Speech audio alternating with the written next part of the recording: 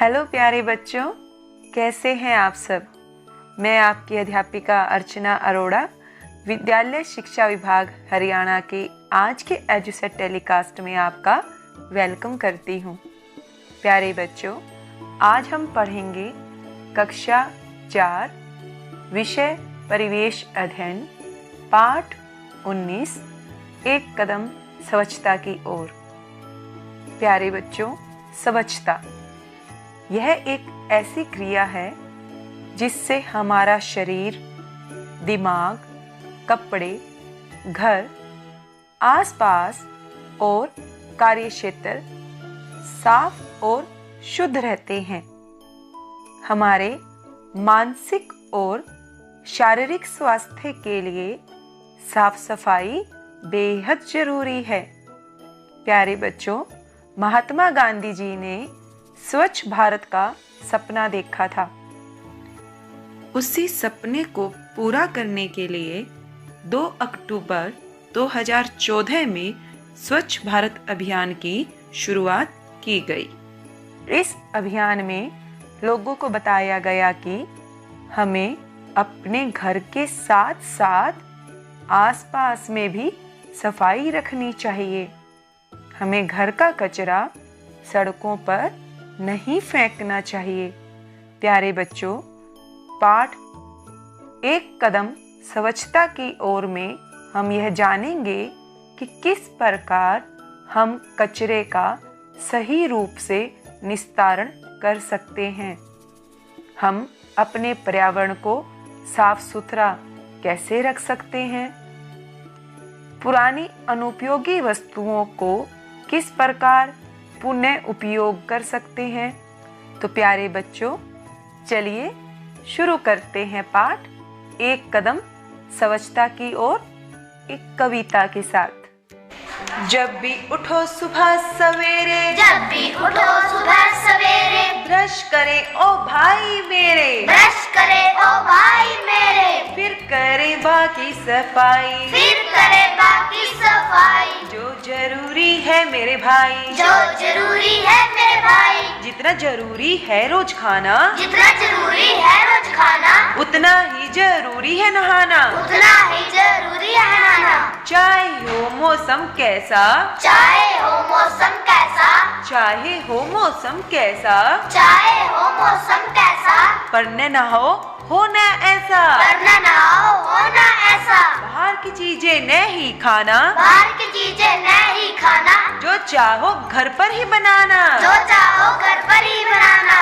अगर खाओगे फल तरकारी, अगर खाओगे फल तरकारी, अगर खाओगे फल तरकारी, अगर खाओगे फल तरकारी, नहीं होगी कोई बीमारी। नहीं होगी कोई बीमारी। डस्टबिन में डालो सब कचरा, डस्टबिन में डाल सब कचरा, ताकि रहे न बीमारी का खतरा। ताकि रहे ना बीमारी का खतरा।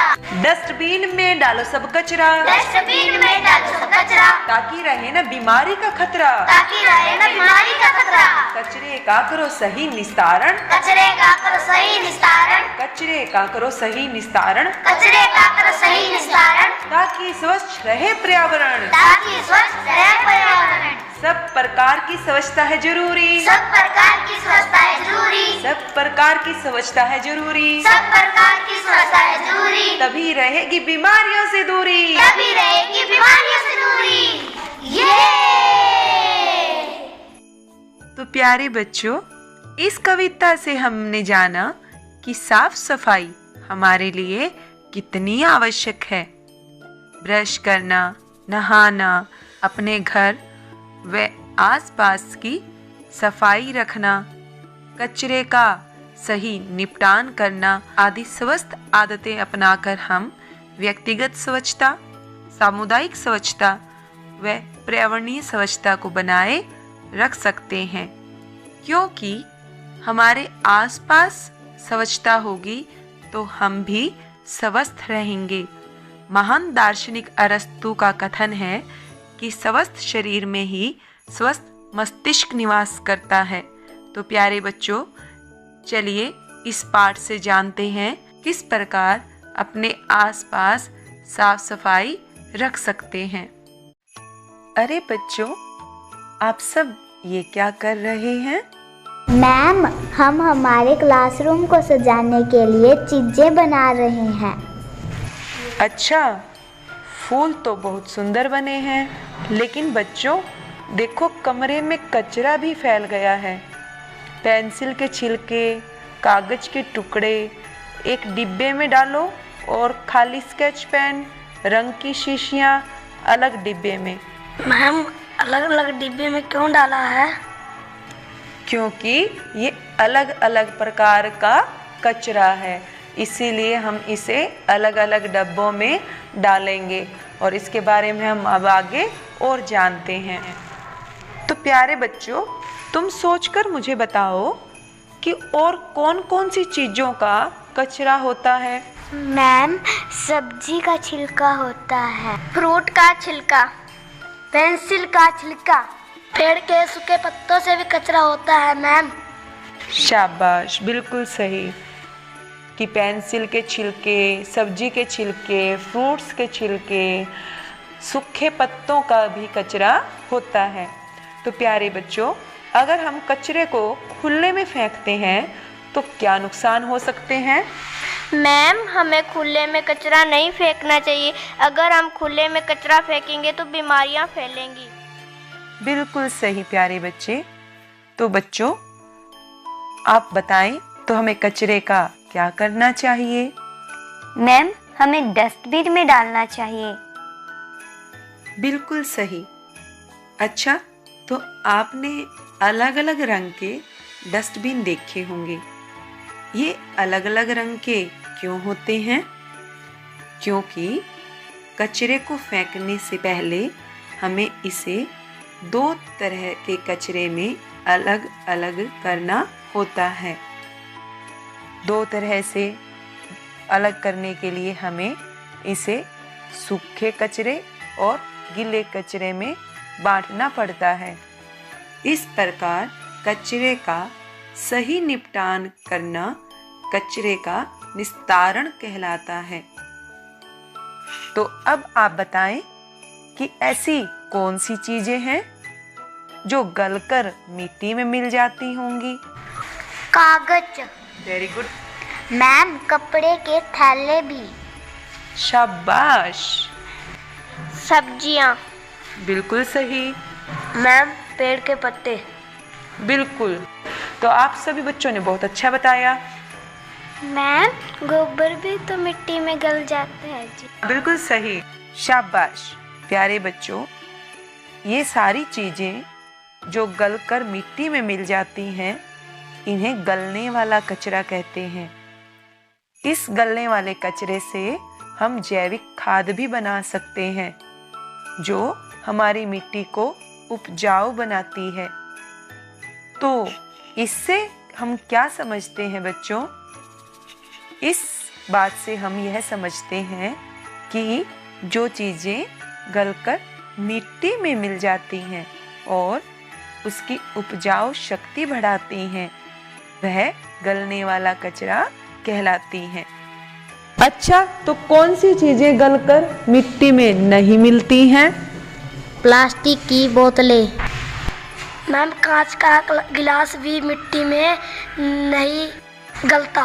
मैम जी, पॉलीथीन भी मिट्टी में नहीं मिलता। मैम, लोहा भी नहीं गलता।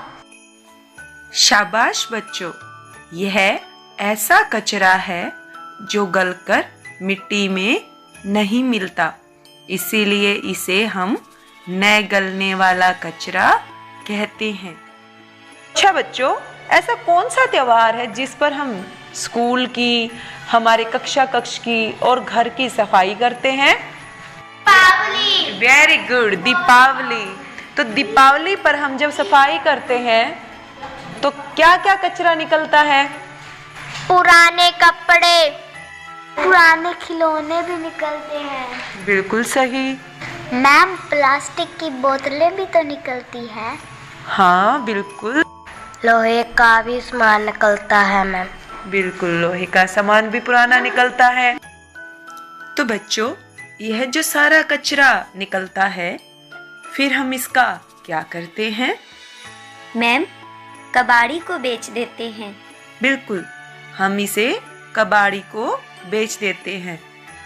तो प्यारे बच्चों, क्या आप बता सकते हैं कि वह कबाड़ी इस सामान का क्या करता होगा?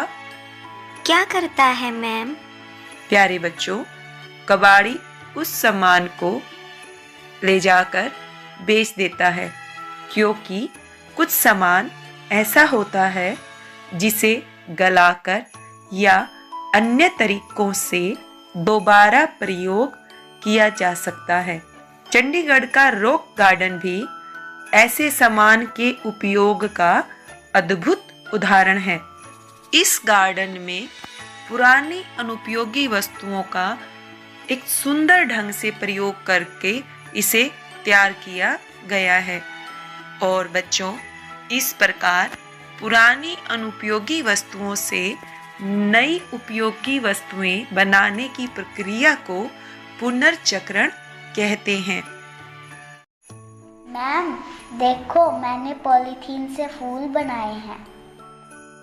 अरे वाह, आपने तो पॉलीथीन का सदुपयोग करके बहुत सुंदर फूल बनाए हैं। लेकिन प्यारे बच्चों, क्या आप जानते हैं, हमें पॉलीथीन का प्रयोग नहीं करना चाहिए, क्योंकि अगर हम इसे फेंकते हैं तो पशु इसे खा लेते हैं, जिसके कारण वो बीमार हो सकते हैं या मर भी सकते हैं। और यदि हम इन्हें जलाते हैं तो इनको जलाने पर निकलने वाला धुआं बहुत हानिकारक होता है। इसलिए हमें इसका प्रयोग कम से कम करना चाहिए। देखिए, बच्चों द्वारा बनाई गई इन ड्राइंग्स में पॉलीथीन का प्रयोग न करने का संदेश दिया गया है। प्यारे बच्चों, आप भी इस प्रकार की ड्राइंग बनाएं और पॉलीथीन का प्रयोग न करने का संदेश दें। अब आप सोचते होंगे कि हमारी घर की सब्जियां तो पॉलीथीन में आती हैं।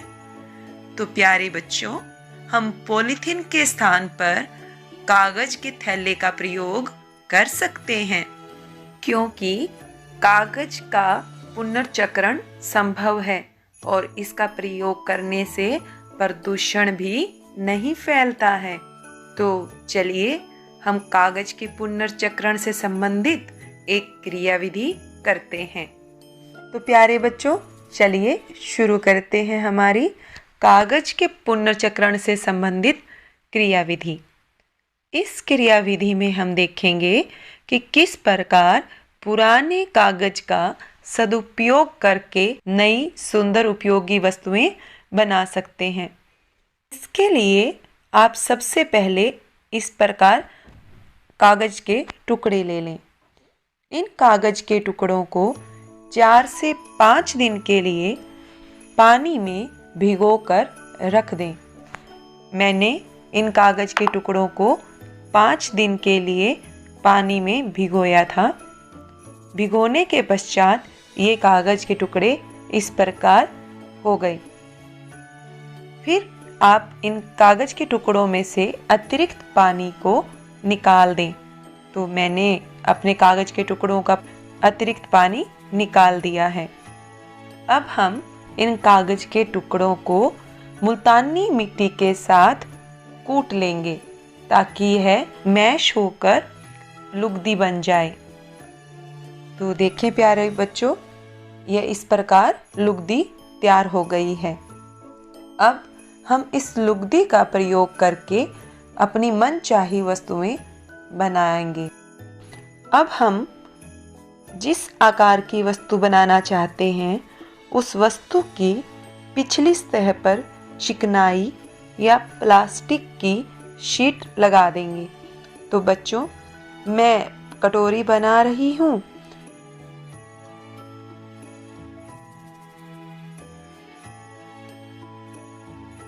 तो मैंने इस कटोरी के ऊपर प्लास्टिक की शीट लगा दी है। अब इस पर हम लुगदी को समान रूप से फैलाएंगे। अब मैं इस कटोरी पर लुगदी को धीरे धीरे लगाते हुए प्रेस कर रही हूँ और इसे समान रूप से फैलाने की कोशिश कर रही हूँ।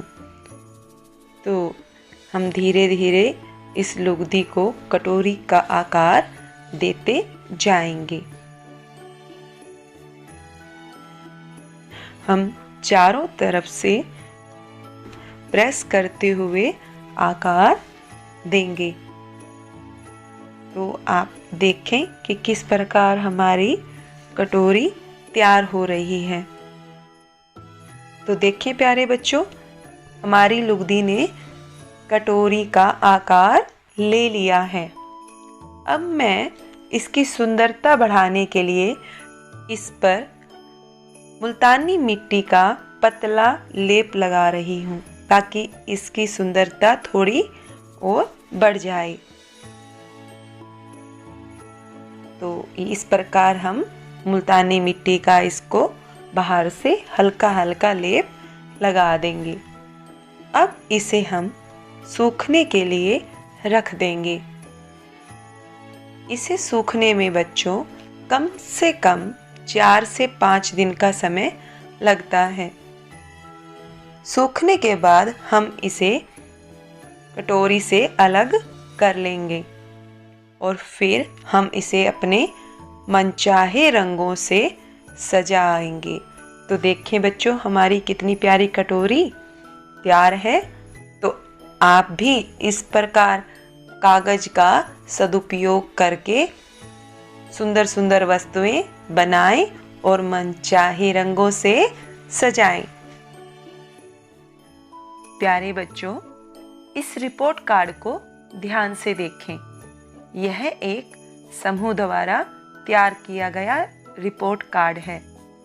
इस रिपोर्ट कार्ड में आप देखेंगे कि साफ सफाई, नाखून, यूनिफॉर्म, सॉक्स, शूज आदि का विवरण है और यह प्रतिदिन समूह द्वारा जांच की जाती है। जिन बच्चों ने यह कार्य पूर्ण किया उनका सही का निशान लगाकर चिन्हित किया गया है और जिन बच्चों ने नहीं किया उनका कांटा लगाकर चिन्हित किया गया है। तो आप भी इस प्रकार अपने कक्षा कक्ष या शौचालय या पानी पीने के स्थान या रसोई आदि का रिपोर्ट कार्ड तैयार कर सकते हैं। तो प्यारे बच्चों, हमने इस पाठ में साफ सफाई का महत्व, किस प्रकार वातावरण को स्वच्छ रखा जा सकता है, पुरानी अनुपयोगी वस्तुओं से उपयोगी वस्तुएं बनाई जा सकती हैं आदि कई बातों के बारे में जाना। तो चलिए एक बार हम अपनी समझ को परख लेते हैं। छांटो और लिखो। आपके समक्ष एक सारिणी दी गई है। इसमें कुछ चीजों के नाम दिए गए हैं। आपने इसमें से छांटना है कि कौन सा गलने वाला कचरा है और कौन सा न गलने वाला कचरा है। तो सबसे पहले है केले के छिलके। तो बताइए बच्चों, यह कौन सा कचरा है? शाबाश, यह गलने वाला कचरा है। दूसरा है सूखे पत्ते। सोचिए। हाँ, यह भी गलने वाला कचरा है। आगे है कांच। तो बताइए प्यारे बच्चों, सोचिए। शाबाश, यह है न गलने वाला कचरा। अगला है लोहे के टुकड़े। यह भी न गलने वाला कचरा है। अगला गोबर। तो बताइए बच्चों। शाबाश, यह गलने वाला कचरा है। अगला गत्ते का डिब्बा। तो यह भी गलने वाला कचरा है। अगला है बच्चों इंजेक्शन की प्रयोग की हुई सुइयां। तो आपको इंजेक्शन तो लगे होंगे कभी ना कभी, तो बताइए। वेरी गुड, यह न गलने वाला कचरा है। अगला चिप्स के रैपर, तो यह किस में आएगा? शाबाश, न गलने वाला कचरा। वाह बच्चों, आपने तो बहुत अच्छा किया। तो चलिए अब करते हैं हम बहुवैकल्पिक प्रश्न। पहला प्रश्न, पॉलीथीन के स्थान पर हमें किस चीज के बैग का प्रयोग करना चाहिए? शाबाश, कागज के बैग का। पुरानी अनुपयोगी वस्तुओं से नई उपयोगी वस्तुएं बनाने की प्रक्रिया को क्या कहते हैं? और सही जवाब है पुनर्चक्रण। कचरे के सही निपटान को क्या कहते हैं? और सही जवाब निस्तारण। शाबाश बच्चों। जो कचरा मिट्टी में मिलकर उसे उपजाऊ बनाता है वह कहलाता है? एकदम सही, गलने वाला कचरा। तो अब हम करते हैं सत्य या असत्य। प्यारे बच्चों, दिए गए निम्नलिखित कथनों में से सत्य या असत्य कथन को पहचानें। सूखे कचरे व गीले कचरे को एक ही कूड़ेदान में डालना चाहिए। असत्य। रसोई से निकलने वाले कचरे से जैविक खाद बनाई जा सकती है। यह है सत्य। कचरे के निस्तारण से पहले कचरे को 2 भागों में बांटा जाता है। यह सत्य है। घर से निकलने वाले कचरे को हमें खुले में फेंकना चाहिए। इसका सही जवाब है असत्य। तो प्यारे बच्चों, अब एक बार इस पाठ की हम दोहराई कर लेते हैं कि हमने इस पाठ में क्या क्या जाना। स्वच्छता एक क्रिया है जिससे हमारा शरीर, दिमाग, कपड़े, घर, आसपास और कार्यक्षेत्र साफ और शुद्ध रहते हैं। नंबर 2, मानसिक और शारीरिक स्वास्थ्य के लिए सफाई बेहद जरूरी है।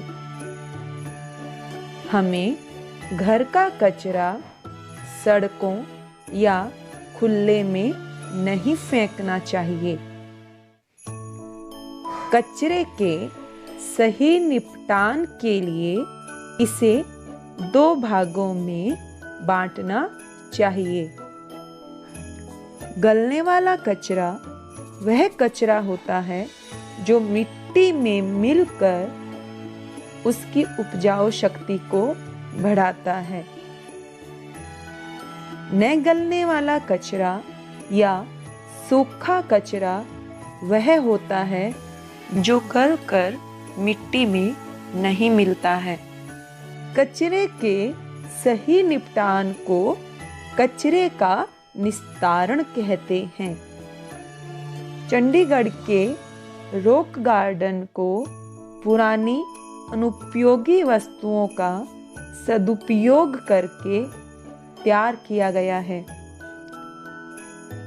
पुरानी अनुपयोगी वस्तुओं से नई उपयोगी वस्तुएं बनाने की प्रक्रिया को पुनर्चक्रण कहते हैं। पॉलीथीन को निगलने से पशु बीमार पड़ सकते हैं और मर भी सकते हैं। पॉलीथीन को जलाने से हानिकारक धुआं निकलता है। पॉलीथीन के स्थान पर हम कागज के बैग का प्रयोग कर सकते हैं। तो बच्चों, हमने जाना कि आसपास की सफाई हमारे लिए कितनी आवश्यक है। हम स्वच्छ आदतों को अपनाकर स्वयं को व पर्यावरण को साफ सुथरा रख सकते हैं। तो आप स्वच्छ आदतें अपनाएं, स्वच्छ रहें, स्वस्थ रहें, अपना ख्याल रखें।